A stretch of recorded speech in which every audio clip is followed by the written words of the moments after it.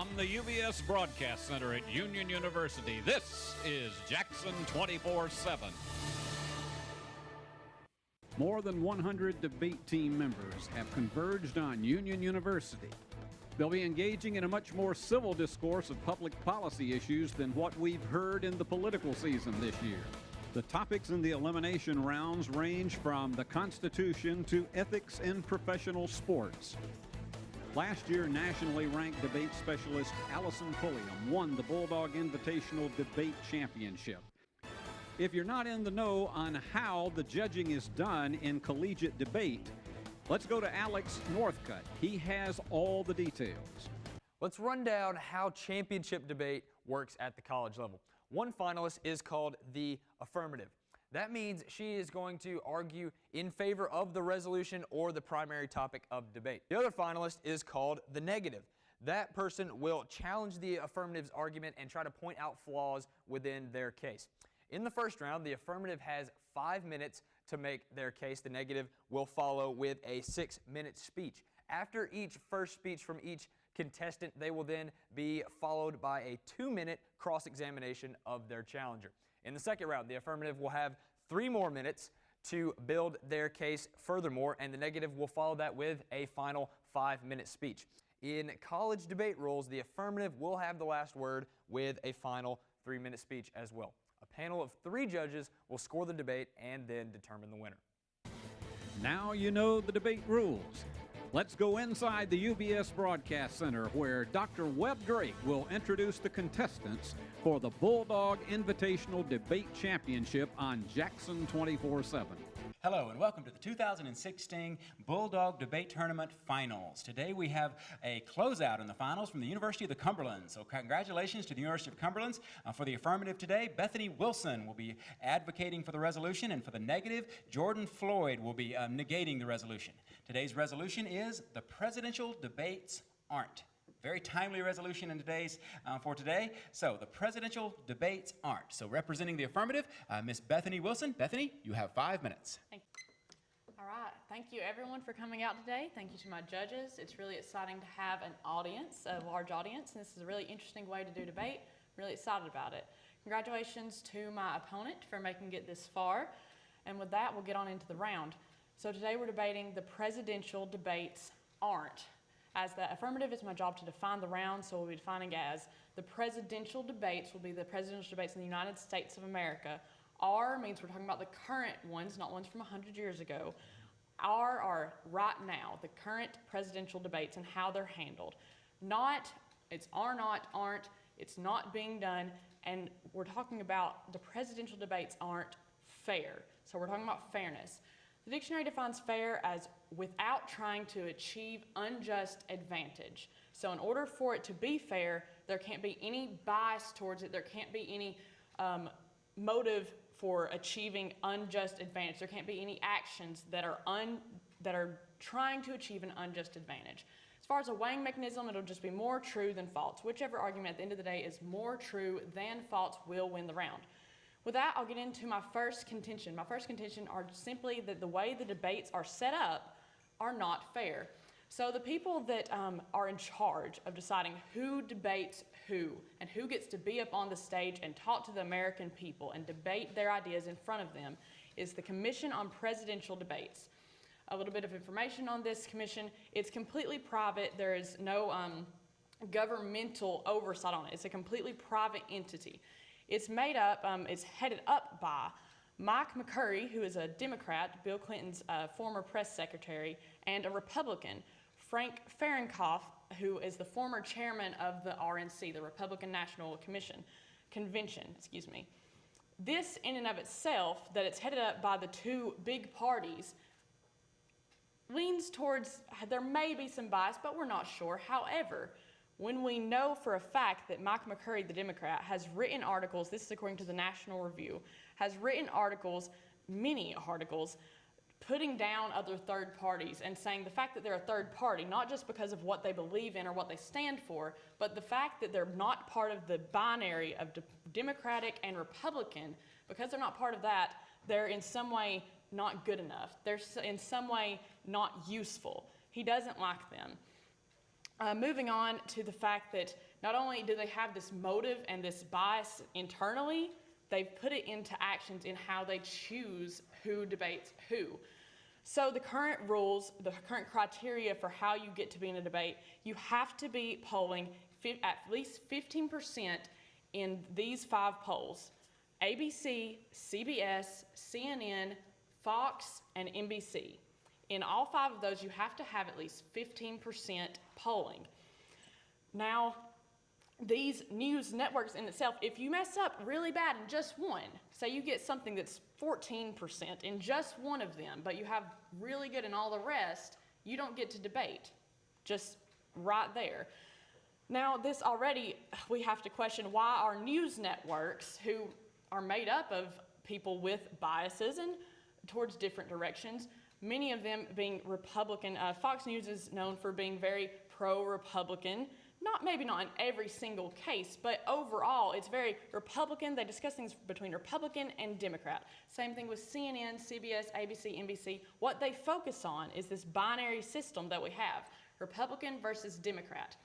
Moving on, according to the National Review, an article from August 2016, in some of the polls that they have given out, these news networks have given out, what the National Commission for Presidential Debates relies on, some of them only asked about the Republican versus Democrat, and then later on, they asked about, and also do you like the third party candidate? But their main focus in all of them was Republican candidate versus the Democratic candidate. What has happened because of this is Gary Johnson, who is a third-party candidate, even though he will be on the ballot in all 50 states, and even though he's polling in many polls, double digits in national polls, he's not going to be able to debate. This provides a lack of education for the voter, a lack of diversity, and just an internal bias that is obviously not fair. There's many ways it could be fair, and if this was a policy round or something, we could go into that. But all I have to prove today is the presidential debates we currently have, how they are done, we choose who debates who, is not fair. Thank you. So first and foremost, I'd love to start off cordiality. How are you today? I'm doing great, thank you. Awesome. I love to hear that. So a little bit of clarification, top of the case. We're talking about presidential debates inside the U.S. Yes. And we're talking about the current presidential cycle, yes? We're talking about the current presidential cycle, correct. Okay, thank you. And could you please just restate your definition of fair? Fair, without trying to achieve an unjust advantage. Okay, thank you very much. Weighing mechanism of more true than false. Correct. All right, thank you. So in your first point, you say that the CPD is headed up by Democrats and Republicans, and you say that in one of them specifically wrote pieces of or articles that were biased. Do you have any evidence saying he has used that bias in his job? Well, the evidence that the fact that never has a third-party candidate, especially even in this election, the one we're talking about, been able to be on the stage, even though he is polling really good, more than usual. According to 538, his support is actually more sustained than any third party in the past. Did you say that there has never been a third-party candidate on the debate stage? In the current debate cycle, in the current presidential cycle. Okay, but you are aware that there have been third-party candidates on the debate stage before? Yes, but the one we're talking about now, with the rules we're talking about under right now, is the current presidential cycle. Okay, going on to your second contention. Do you have a source saying that they have to hit 15% in every single one of those channels? Yes, it has to be, according to the National Review, an article from August of this year, the current rules are it has to be at least 15% in all 5 of these polls in order for them to qualify being on the debate stage. Okay, are you sure that's not an average of all of those polls? No, when I read it, it did say in every poll it has to be at least 15%. If it's even 14%, if it's under that, then you cannot be on the stage. Thank you. Thank you. Okay, so first and foremost, I do have to congratulate my opponent for reaching the finals. It's quite nice to see her going so far, as I did help her in practice and developing some of the skills, but you know, it is innate for her, so I'm proud of that. But anyway, I will restate the resolution just so we're clear on that. The presidential debates aren't, and we're talking about the current ones not being fair. I do agree with that, but I would like to point out that really throughout the affirmations case, there hasn't been a lot of linkage and a lot of impacts and a lot of evidence showing that they specifically have a current system that is unfair, that 15% isn't justified or in some nature like that. So going down my opponent's points first, and then I will address my own contentions. So first and foremost, the first contention from the affirmation, that the leadership, one of the leaders, has written articles that are unfair or biased. But again, when I asked, has that ever been applied inside their actual job, it really, there was no evidence given. It's just like they're biased, and we're running on the assumption that just because you have personal opinions outside of work, you drag that into work, which I find to be a large gap that really is not something that we should uphold today. Furthermore, the idea that this one person is controlling all of the system, because this one person had a public opinion outside of their job, that the entire system is biased, is something that I find a little egregious. Even in the affirmations case, they cite a separate entity, a Republican, having control, but this is also a large organization. It's not just one person's bias. On to the second on-case point, is talking about inaction. And so talking about the sources specifically saying that you have to meet on these specific, you have to reach 15%. But it was never said by the affirmation that 15% is too high of a bar. They never said that this is unjust or unfair. And really 15% seems like a very good number. At least it's low enough that if there is a small insurgency that they want change, or they want to see someone who's not in the periphery, then you could still have the major candidates getting the majority of vote and still have a third-party candidate in there. Furthermore, I'd like to point out that in history, we actually had Ross Perot get on the presidential debates when he actually didn't receive 15% of the vote out of all of these different sources of these TV channels, but he still got on the debates. So that does throw a little kink in there that this is not that solid of a statute. Next, going on to the idea that the news sources themselves are biased. But then again, as the affirmation point out, some are for Democrats and some are for Republicans. So we can really see that there's kind of a natural counterbalance to this. It's not that one is always controlling the other. I do believe I had a little bit more time. So apologies for that.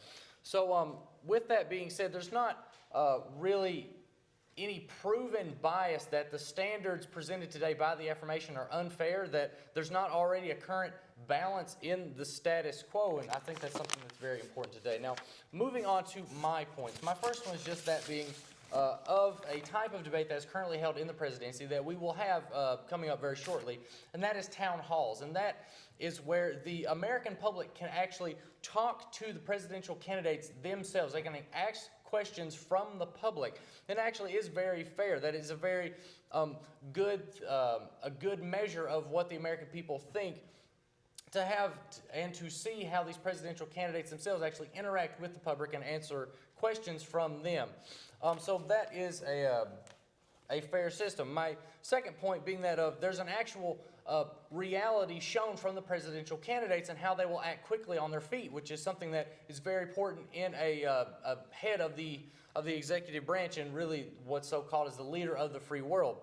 And that the format, as I researched from CNN in 2016, states that the presidential debates, they generally have 2 minutes for answering questions from a moderator, and then each person gets a 1-minute rebuttal to what the presidential candidate before them has talked about.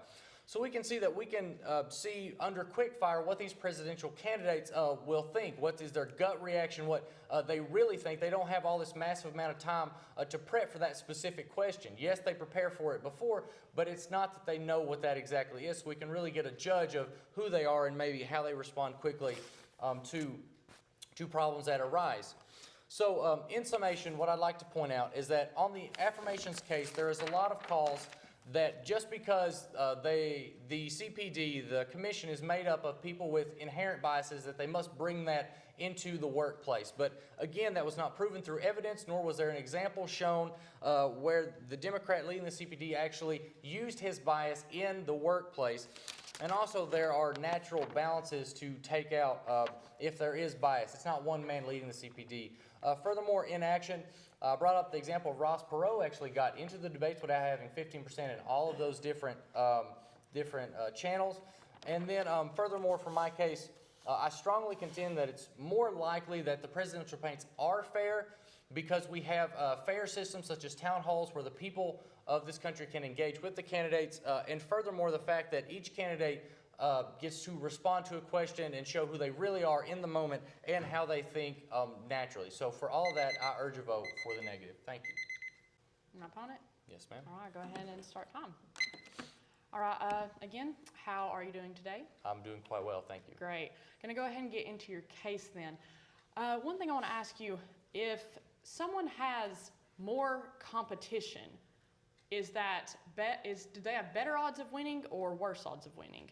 I think someone's performance mainly just delves on their own abilities instead of who is around them. So if you have more people to compete against, you're going to have the chances of winning are not going to be affected. Is that what you're saying? It could be. I'm not quite a statistician, but I do think that your performance depends on who you are and just how you debate personally. All right, thank you. I have a question about these town hall debates you brought up. So who chooses who debates in these town halls? It would probably be the people who are running it for the current channel, such as a director or some means like that, and they would generally bring in people from both sides of the aisle, so to say, that it seems fair. Both sides each of the aisle. has to talk about issues. I do have a question about that. Both sides of the aisle. Even that language in and of itself, both is two, correct? It has to be two for it to be both. So that inherently makes it where you wouldn't be more than two. Is that a correct statement? No, we say both sides of the aisle currently because it's mostly Republicans and Democrats, but in no way does that mean that a third-party candidate is somehow inferior to the rest. There is a mechanism in place for a third-party candidate to be there. There have been third-party candidates on the debate stage before. Are there, moving back to that then, you stated, it's happened in the past, they've been there before. You did state that you believe 15% is a fair number, it's a good number to have. We're not debating over the percentage they need, correct? No. Okay. The last question on this, then if he didn't get that 15% and that's what made it fair, were the ones in the past not unfair? I'm sorry, I don't quite understand your question. All right, that's fine. Thank you. I would like to point out, if my opponent agreed with me that 15%, it's a good enough percentage number for them to have in any sort of poll. 15% is good enough. That is a fair number. If in the past Ross Perot did not get to this 15%, yet he was still able to debate, that makes it unfair. So historically, they have been unfair just based on my opponent's arguments. That leads in, I would like to sort of use that as a point that it's more probable for them to be unfair now if nothing has changed. Moving on, my opponent stated things about we have different types of debates and they might be fair, like the town hall debates, but what we have to prove, what my opponent has to prove, is that the debates are fair, that they're fair, all of them, not just some of them are fair and some aren't. And what I have shown you today is, in fact, even if it's just some of the debates that aren't fair, that still means the presidential debates are not fair. Moving in then to my own case, going to defend that a little bit. So these, he stated that, well, just because someone has bias doesn't mean they're actually going to use that bias. However, it informs their decisions, and we have seen evidence that I've shown you that has in fact made them unfair. Not only is Mike McCurry proven to be biased against third parties just for the sake that they are not Republican or Democrat, it has been shown that even though Gary Johnson will be on the ballot in all 50 states, even though he's polling, as I brought up in Cross-X, according to 538, his support is more sustained than any third-party member of the past. Even though America is going towards this and we want this, he's not getting in there. At one point that was dropped by my opponent, all these news networks that I've shown you, the fact that they don't really, they are mainly Republican and Democrat people informing this. They are not talking about the third party candidate, and they're the ones running the polls. It was also dropped the fact that and this is very important, the fact that on some of these polls conducted by these news networks, the ones that the Commission on Presidential Debates uses, they are inherently biased. They ask about Republican versus Democrat first, which one do you like better? And then later, they ask about the third party candidate. This is proof of the bias, and we know that they have motives from the fact that it's made up of Republican and Democrat. Yes, it is across both aisles. However, we have more than two sides in America. And the fact that we have that and they're not all being represented fairly means the presidential debates are not fair. Thank you. Go ahead and begin. So this is my last speech of the round. So of course I say thank you all for being here. It's been quite lovely talking about something that is current. Is always nice. So as far as a roadmap where I'm going to go, I'm going to address the rebuttals that were just given by the affirmation. Then I will talk about my voters, of course, why I think that the negative has won the round today. So first and foremost, the affirmation talked about how because Perot had made it into the debate stage, but he had not quite met that 15%, means that it was unfair. But really, let's think about it. That means if that 15% is negotiable, that means that's a more fair system for third-party candidates. That means it's not a hard line, you meet this and you're gone. It means that Perot was able to get in without the 15% in all of them, so thus that is a more fair system. There's more movement for who could get into the debate. And so that's why the Perot point still goes to the negative side. Furthermore, the affirmation stated that if there's some places and some instances where the presidential debates are biased, then that constitutes that they still are all unfair. But I'd like to point out that the weighing mechanism was more true than false. So just because the affirmation could pick up one or two places where there might be bias, that doesn't mean that the entire system or that you judges should actually focus and say that, oh, well, the entire system is unfair. We're talking about more true than false, what's more likely true. So if the negative shows that there are more instances where it is fair, then thus the negative wins the round. Now, going on to another rebuttal, the affirmation talks about how with the polling that is somehow inherently unfair. But again, the affirmation themselves said that there is the third party on the ballot. And so really, I don't understand how that's necessarily unfair. So going on to my voting issues, why I believe the negative has won the round. So my first one is just that of checks and balances. And what I mean by that is if we look at the CPD, they actually don't have one person running the entire organization that is biased, whereas using personal bias inside of their workplace. It was never presented by the affirmation of an example of where they've done so. It was simply just a assumption that they probably do, and I think that's not something that stands in a debate round. Furthermore, my next voter is that it was unproven by the affirmation that the 15% is necessarily bad. It was just proven that, well, there is a standard there. So does the affirmation not want any standard whatsoever and let anybody who's not of the two parties in? I feel like that could really lead to some problems of who qualifies and who doesn't. So the mechanism is in place because it apparently is assumed by both of us that it is fine, because I believe that it is justifiable, and the affirmation has not said that it is inherently bad. So thus we both agree that that is fine, and that's why it's a fair system. My last voter for today, and my most important, is that of the weighing mechanism of more true than false. Simply stated, that the presidential debates are fair. And I ask you judges to actually look at the flow and see, I presented multiple places where it is fair, and that the American public can talk to the presidential candidates, and that is fair. And furthermore, that the presidential candidates have to think on their feet, and they're both given that task of coming up with answers on the spot. Whereas in the affirmations case, really throughout all the contentions just hinge on the idea that because someone is biased, they're going to bring that into the workplace, or that there is one agency such as CBS is run by one person with an inherent bias. But no, these are all places that have multiple checks and balances, and they're not inherently biased. So really there is no linkage and there's no impact from the affirmation saying that someone with bias is causing these debates to be wrong, and that 15% is somehow causing people who need to have their voice on the debates are somehow being infringed upon. It's a completely fair system, and so with all of that, I urge a vote for the negative. Thank you. So again, thank you everyone for coming out. Going to get into this, have a lot to get into. First, I'm going to go down with my opponent's last points that he stated, refute them, show what I've already brought up in the round, then I'm going to get into my voters. So first off, again, anything my opponent stated that if he can prove that more times than not there are fair debates, that satisfies the weighing mechanism. However, the weighing mechanism is not, the presidential debates are mostly fair and sometimes they're not fair, but most of the time they're fair. It's more true than false. If I prove that the presidential debates aren't fair in some kind of instance, if I prove that that is a true statement, then I win the day, I win the round.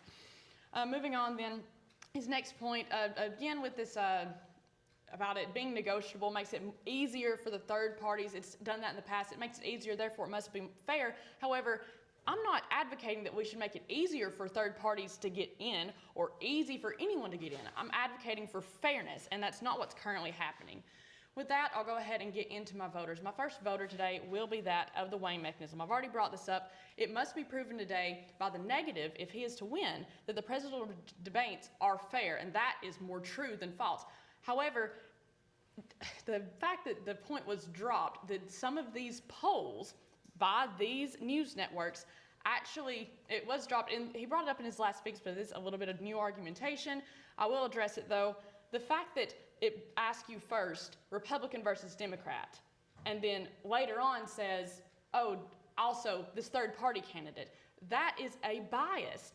Even the language used today, that both sides of the aisle, the two of them debating, both of them debating, shows a bias for a two-party system. That is the bias that's in place.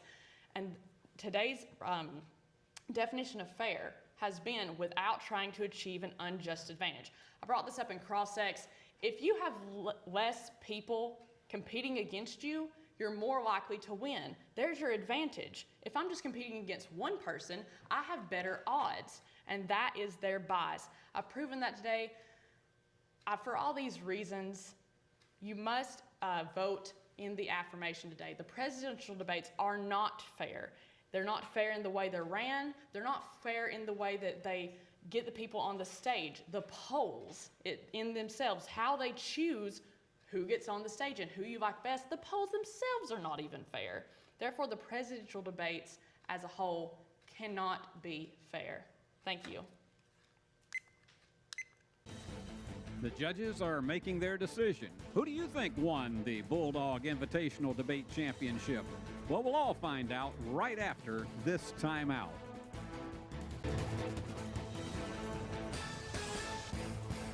Steve Beverly's TV classics can cure what ails you. I watched and it got rid of my hemorrhoids. Staying awake at night? Just watch TV classics. My daughter watched and she went right to sleep. Do not watch Steve Beverly's TV classics if pipes upset your stomach. Do not watch if high drama leads to emotional distress. And do not turn on TV 6 Saturday or Sunday at 7 if hillbillies give you a gallbladder attack. Ask your doctor if Steve Beverly's Classics is right for you.